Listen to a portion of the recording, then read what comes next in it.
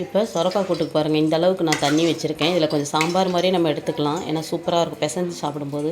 நம்ம வாழைக்காய் வறுவல் ரசம் வைக்க போகிறோம். இது கூட்டாகவும் நீங்கள் ரசத்துக்கு வச்சு கூட்டாகவும் வச்சு சாப்பிட்டுக்கலாம். சூப்பராக இருக்குங்க.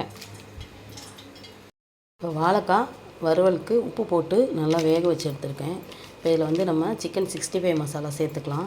வேறு எதுவுமே நான் சேர்க்கல, இஞ்சி பூண்டு எதுவும் சேர்க்கல. சிக்கன் 65 மசாலாவில் பார்த்திங்கன்னா கொஞ்சம் சேர்த்துட்டு தயிர் சேர்த்துக்கலாம். அவ்வளோதாங்க. இதை அப்படியே பிரட்டிட்டு ஒரு 10 நிமிஷம் உணர வச்சுட்டு அதுக்கப்புறம் தோசைக்கல்ல போட்டு பொரிச்சு எடுத்துக்கலாம். இப்போ நமக்கு சூப்பரான தக்காளி ரசம் ரெடி ஆகிடுச்சு. நான் புளி இல்லை, அதனால் தக்காளி ரசம் வச்சுட்டேன். இந்த பக்கம் வாழைக்காய் வறுத்துட்ருக்கேன்.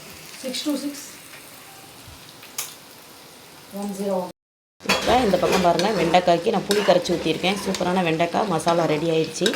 சூப்பராக இருக்கும். இன்னும் கொஞ்சம் வற்றினோன்னு அப்படியே இறக்கிடலாம். இது சாப்பாட்டில் போட்டு பிசைஞ்சு சாப்பிட்லாம். சூப்பராக இருக்கும்.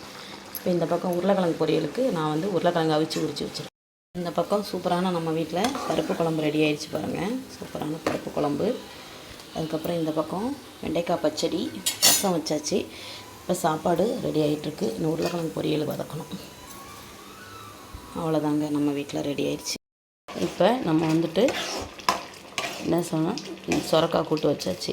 இதில் கொஞ்சம் போதும், இந்த அளவுக்கு வெந்துருச்சு. நல்லா சூப்பராக இருக்குது. இப்போ இதுவே சாம்பார் மாதிரியே நம்ம ஊற்றி சாப்பிட்லாம். சூப்பராக இருக்கும். சரி வாங்க, இப்போ இறக்கிட்டு இப்போ மசாலா தடவி வச்சுருக்கேன் வாழைக்காயில். இப்போ வாழைக்காய் பொரிச்சிக்கலாம். இன்றைக்கி நம்ம வீட்டில் மதியானம் லஞ்ச் என்னென்னு பார்த்திங்கன்னா சுட சுட சாப்பாடு, அதுக்கப்புறம் தக்காளி ரசம், அதுக்கப்புறம் சொரக்காய் கூட்டு, சொரக்காய் சிறுபருப்பு போட்ட கூட்டு, அதுக்கப்புறம் வாழைக்காய் வறுவல், அதுக்கப்புறம் ஒரு சின்ன வெங்காயம் போடாத ஆம்லேட் சின்னதாக. இன்றைக்கி தாங்க நம்ம வீட்டில் லஞ்ச் மெனு. சொரக்காய் கூட்டு, ரசம், வாழைக்காய் வறுவல்.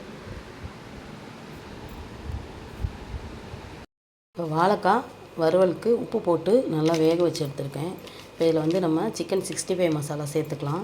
வேறு எதுவுமே நான் சேர்க்கல, இஞ்சி பூண்டு எதுவும் சேர்க்கல. சிக்கன் 65 மசாலாவில் பார்த்திங்கன்னா கொஞ்சம் சேர்த்துட்டு தயிர் சேர்த்துக்கலாம். அவ்வளோதாங்க. இதை அப்படியே பிரட்டிட்டு ஒரு 10 நிமிஷம் உணர வச்சுட்டு அதுக்கப்புறம் தோசைக்கல்ல போட்டு பொரிச்சு எடுத்துக்கலாம்.